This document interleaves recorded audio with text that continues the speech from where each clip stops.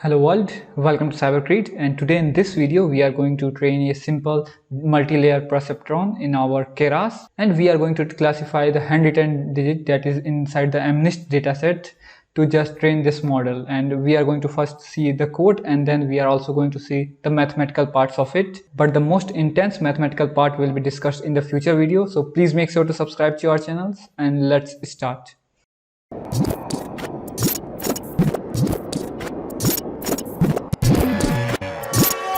Here we are going to just predict the handwritten digit that is in our MNIST dataset, and as you can see here, like this is 3, and we are going to predict which number is the user right. So for that we are first importing some of the important libraries out here, and once we imported our library, and here we are just simply writing this plot dynamic function that we will come to see in later. Okay, but first load our data. So here we can see xtrain, ytrain, xtest, ytest, and is equal to mnist.load data. So mnist data is already present in the Keras module, as you can see here. From keras.dataset import mnist, we already have imported it, and we have our dataset, and the dataset is stored in xtrain, ytrain, xtest, ytest. It is already splitted in 70% and 30% ratio, 70% train and 30% test. And as you know, the images are basically represented in the form of array or matrices, as you can say. And this image, let me show you. Here our dataset contains 28 cross 28 pixels images, which means we have the 28 by 28 matrix, means we have total of 784 elements in an 2D array. And the images are represented like, if your image have 1 here like this, then what the value is going to be in our matrix. If our matrix is something like this, then for every pixel that there is nothing there, it will be like 0 0 0, things like that. And as soon as this line is encountered, we have some value like 0 to 256 is the basic value of RGB colors. So for one it will be, for white it is 256, and for denser white it will be like 256, and for less white it will be like 254, 230, and numbers like that. Like here it will be 255, here it will be 254, and or other places will be filled completely with 0. And this is a matrix in which here we have 28 rows and 28 columns. But as you know, in our machine learning algorithms, we don't just pass the images to our training data. So first we have to basically convert this 2D array in the single array form. Okay, let's see how these images are represented here. As you can see in our code, like xtrain of the 10th element of our data set, it is basically represented as something like this 0 0 0, and as you can see there are values between 0 to 256 all around. And if you just want to see the picture of this plot, what we can simply say, here we are importing the matplotlib as plt, and this is plot.figure_size, means will be the figure size here. And here we are saying grid data, means what data we are going to plot. And here we are going to take the index xtrain of 10th, and we are going to reshape it to 28 cross 28, because that is how our image should be, like 28 by 28 pixels. And here we are just simply showing our image, and here is our image. Like from this type of array, this is converted to this image. But now the big problem is to just convert this 28 cross 28 matrix into a single matrix form. Like here you can see we have to just represent everything in a single line, so that we can just use our yi in our data set to predict it. So for that, what we are going to do, we are just going to take this 2D array and we are going to just convert it into a 1D form. So how we are going to do that, like just let me just show you. If you have array like 1 2 3 4 5 6, and we want to make it as a single data point, so what we can do, we can just simply take array and we can just simply reshape it to like 1 2 3 and 4 5 6, and like this we can convert this into the 1D form. And now this will be our xsize, means this will be all our points from here to here, this our array representation. And this will be of size, as you have guessed, it will be of 28 cross 28, and here we made of 3 cross 2, so it is made of 6 element. So here 28 cross 28, it will be of 784. So here our every digit will be represented in the form of 784 features of this data set, which will be here, like this will be of 784 values will be here of those matrix, and every matrix will correspond to the respective y there. So like if the digit is 1, it will be like 1, and same like that. So now we have seen how we are going to convert it, and with Python it is very easy to convert this. First, here we are saying what is the shape of our data, like training samples and testing samples. We have 60,000 training samples and 10,000 testing samples, and their shapes are 28 cross 28. And now what here we are going to do, we are just going to reshape it, and as you know it is 28 cross 28 matrix, so we are going to reshape it into a single form that will be 1 cross 784. So this is what the reshape function is basically going to do. It is basically going to reshape our array, and here our reshaped array it is just a 1D array. And now we are just going to do the same for every data points in our data set. Here we can see xtrain and xtest. We are applying it on both xtrain and xtest. We are going to say xtrain.reshape, and here as you know xtrain.shape is 60,000, means the number of data points that we have and what shape that we want to make. Here we have, like, it is not nothing much advanced. It is basically saying that the first data points and second data points multiply. It is basically 28 cross 28, which is just multiplying 28 into 28. You can basically write this, or you can basically just say 784, and here also you can just say 784 and it will work. And here we have to just be careful to take the training data and the testing data in separate way, so that they both are converted in their respective manner. And now once we have reshaped our data, let's just see what the shape is.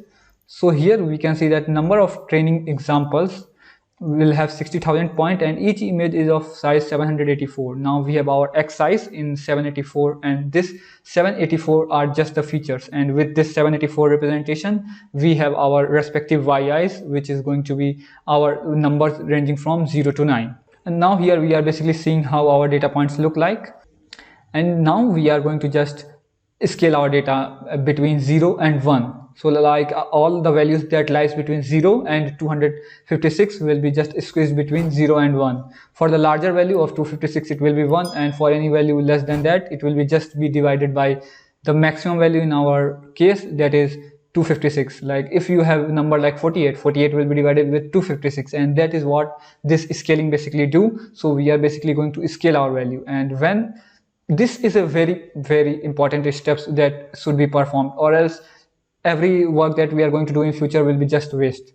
I just forget to do min-max scaling, and the accuracy that I was getting is like 80 or 82%, and when I used a min-max scaler I got accuracy which is like 98% to 92% in this range. So you know, you have to scale whenever you are working with any image data. You have to basically first scale that data. The basic steps will be same. First we have to take what is the dimension that we are getting the image, then we have to just convert those dimension into a 1D matrix, and then we have to apply min-max scaler, or you can say we are just going to scale our data between 0 and 1. And now once we have scaled our data, let's see how does it looks. Here we can see our data. It is every value is just between 0 and 1, as every number is divided by the maximum, which was in this case 256. So after scaling our data, what we can do, we are going to say print the class level of the first image. So here we are basically going to say that the class level of this first image is this, and in this case it is basically 5.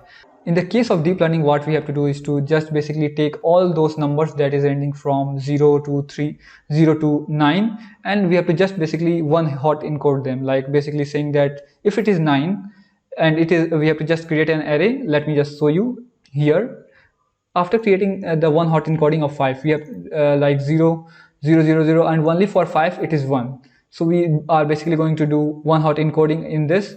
We are basically going to convert our categorical data into the NumPy array, so that we can basically use it in our machine learning, and we are going to see that how important it is to just basically convert this into this form to perform softmax classifier, which we are going to see in later. So like for 5, you can say it will be 0, it will be 1, it will be 2, 3, 4 and 5. And now once we hot encoded every values in our data set, now let me show you. Let's say here was our xi, and for every xi we have a yi, and here is our yi, and this yi is of k length, and in this case it is of length 10 because we have numbers from 0 to 9. So it will be, for any number like say 2, it will be 0 0 0, and here it will be 1, and every other value will be 0. Like this we have every number representation being converted into this one hot encoding manner. And now once we have done that, now we are ready to create our multi-layer perceptron. So let us basically have a little bit of understanding how those multi-layer perceptrons should work. Let's say here is our input data. We just, in this layer, what we are going to input is all those 784 numbers that we have just scaled, and once we have those numbers, we are basically going to create a hidden layer. And in hidden layer we can basically define like how many hidden layers that we want, and as well as how many neurons. Well, this a small unit that is inside our hidden layer, it is called neuron, and it basically contains the different type of function that we can basically use, and every neuron contains different type of function that we are going to see in our code, and every function is responsible for what our weights should be. So here we created a hidden layer and a hidden layer, and once we have everything input our hidden layer, we are basically going to output it. And here in this case it is just for one data set, for one point inside our data set, that is just the first row.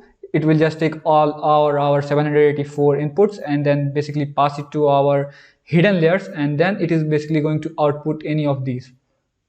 But when it is going to output, it is basically going to say the probability of, like, if the number is 3, and it's in that case it will just say like probability of its being 1 is, let me just basically write, probability of being its 1 is like 0.1, probability of being 2 it is like 0.3, but probability of 3 it is like 0.6, like that. And we are basically going to choose the one with the highest probability, and this is how our neuron work, our deep learning model works. So for doing this type of operation to find the probability of every function, we need a softmax function. And a softmax classifier is basically used when we have multi-class setting. And here you can see our D is our data set, and in our yi we have k points. Like in this case it is ranging from 0 till 9, and once we have that, when we are going to insert any data point in our model which is of 784 features, then our model is going to process our image, and it is basically going to return the probability of its being 1 given the xi. Given xi means given this all 784 values, it is basically going to say the probability of its being 1, then it is basically going to say the probability of its being 2, and then it is basically going to say the probability of its being 3, 4, and all of them. And as you know, by the same rule, when we are going to sum up all of these probabilities, it should be 1. By that we can basically say like this image basically belongs to this class and things like that. So let's see this in our code. Here we are basically importing our Keras, some of the important libraries. From Keras import sequential, and from Keras layer import dense and activation function for that. And here we are specifying output dim, which is basically the output dimension. Let me show you. Here in the case of yi, we know that our yi have only values from 0 to 9, which is basically the 10 numbers. So we are basically going to create this output layer of 10 numbers. It will, the output layer will contain 10 neurons, that is basically going to tell the probability of its belonging to what class it just belong. And here input dimension, we have to also specify the input dimension, and as you know, input dimension is this 784. This xi is basically our input layer, and this input layer will contain the total number of features that you have inside your data set, or you can say the number of columns. So we have these as 784, so we are basically specifying it xtrain.minmax. This is our minmax scaled value. Well, we can just basically write 784 and the things will work perfectly fine, but we have to make our program a little bit dynamic. And here we are saying the batch size. And what is batch size?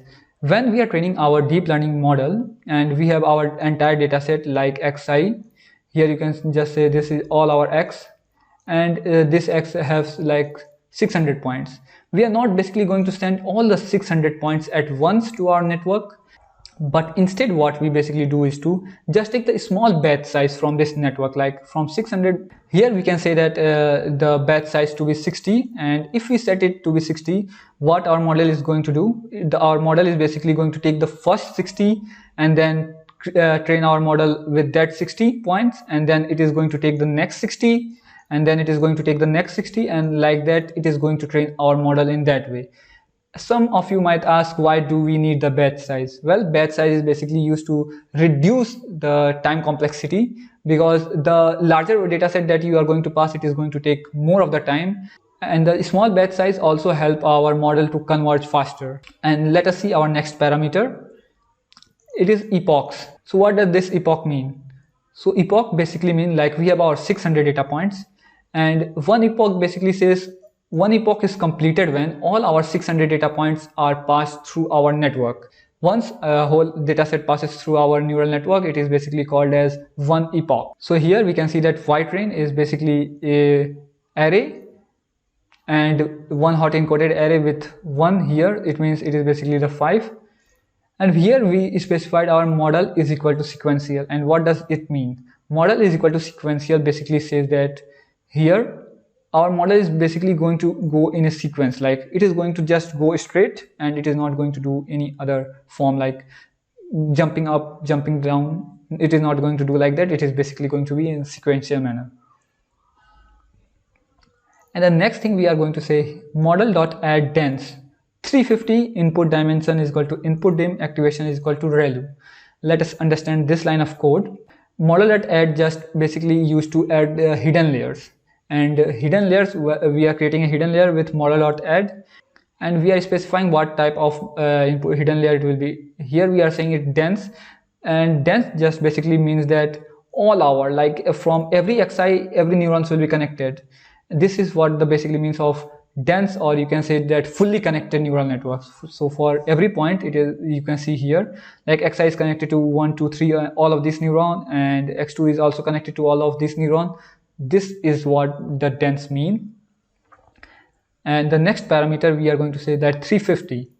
What does this 350 signifies? So the 350 signifies that total number of neurons in the hidden layer. So like in this case, we have 1, 2, 3, 4, 5, 6, 6 hidden 6 neurons, but we are specifying in our code like 350, like so, like that we have we would have 350 of these. And the next parameter is that input dimension. So from where we have to get the input? So our input dimension is basically this input layer. So we have to specify our input layer, and input layer should be of shape of 784, that we are basically saying here. And our activation function, what does this activation function say? This, like for every neuron, what is the function that is basically going to use? And what is ReLU function? Well, ReLU is a very latest function that is basically used to, that basically returns two value, either 0 or 1. So it is basically going to return this value depending upon the condition, and we are going to see the ReLU function and every mathematical parts in great detail in future videos, so just stay tuned. And if you want to add one more hidden layer to your network, you can just simply say model.add dense 50. It is basically going to create another dense layer with the activation function ReLU, and here you don't need to specify the input dimension because input layer is already created. You have already created one hidden layer, and this hidden layer is basically going to be connected with another one. So for output layer, what we are basically going to say, model.add dense output dimension means we have to just basically signifies the total number of neurons that should be in our output layer, and then we are basically going to say what function that it should use. So here we are using the activation function as softmax, because as we have seen, the softmax function is one that is basically going to tell the probability of its being to the class 1, 2, 3 or things like that given our data points xi. So that is the reason that we are using the softmax classifier. And in most of the cases when we have the multi-class settings, we are basically going to use softmax classifier because it is basically going to return the probability of anything belonging to that particular class. And once we have this, we have to basically say model.compile. What does this model.compile basically say? That just set our multi-layer perceptrons with these types of setting. So here we are going to say that optimizer. So which optimizer we are going to use? We are going to use SGD. Well, SGD is a great topic that we are going to discuss in future, so I'm not going to focus there. And then we are specifying our loss function. Here our loss function is categorical cross entropy, and our matrix is accuracy. And what does this matrix is equal to accuracy means, like how we are going to measure our model. So here we are going to measure our model with accuracy, or you can also measure with the log loss or things like that. And here the loss function that we are using is loss cost entropy. So let us just see this to see how does this loss function work. So let us just say we have the yi, and the yi that we have is the 3. So for 3 it will be 0 0 0 1 0 0, and for every other number it will be zeros.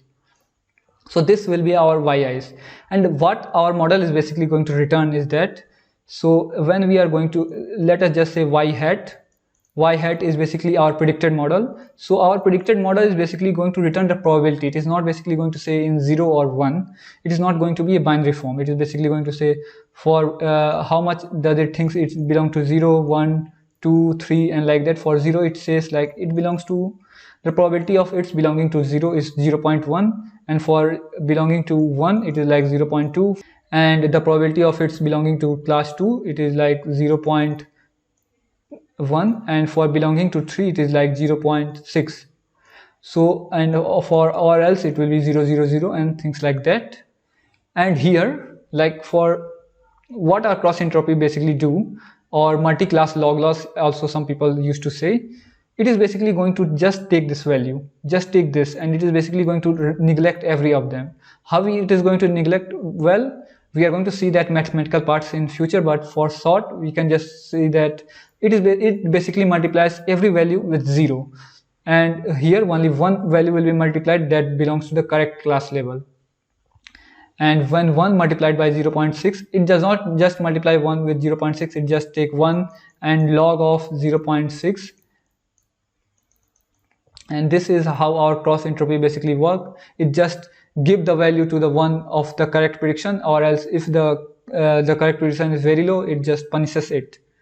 And here we are basically going to say model.fit.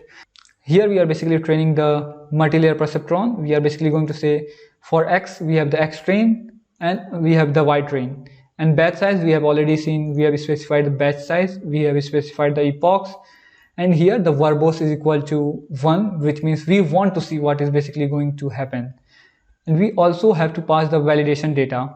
Here the validation data is equal to x test, min max, and y test. So once we are going to run it, it is basically going to run 50 epochs, and here you can see after running 50 epochs what is the loss. The validation loss is 0.162 and the validation accuracy is 0.9642. Okay, now let's just plot our loss function with respect to the number of epochs.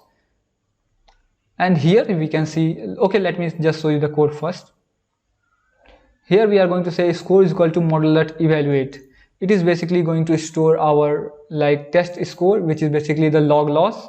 And here we have the white, here at the score 1, it is basically going to store the accuracy. The model that we specify, we are going to measure it with accuracy. So here is our accuracy. So here we are basically saying that we have to plot between epoch and categorical cross entropy loss. So here we can see our picture, like as the number of epochs increases, the loss become closer and closer. So this is very important to know that you are not basically overfitting your model. And if just as you can see, as the data point reached like 40, in this case we don't see much change. So we can just run 40 epochs or like 42 epochs and our model will be doing fine. If you see that model is not improving much, like if you see this is your model, and let me show you, this is your train loss, and this is basically your test loss, and both of them emerges at the same time, and one just start increasing, or even it can start decreasing in this case. So we have to choose the best parameter. So for choosing the best parameter, this will be the best one. So here we will have the number of epochs. So in this case, we can see that the number of epochs that is best is just between 40 to 50. We can choose any number between 40 to 50 and it will be very beneficial for our model. And this is all for this video, and I think that you basically liked it and you just gained some information. And we are going to just go in depth in every topic like softmax, relu, sigmoid, and every other function in upcoming videos. So please make sure to subscribe to our channel, and thanks for watching.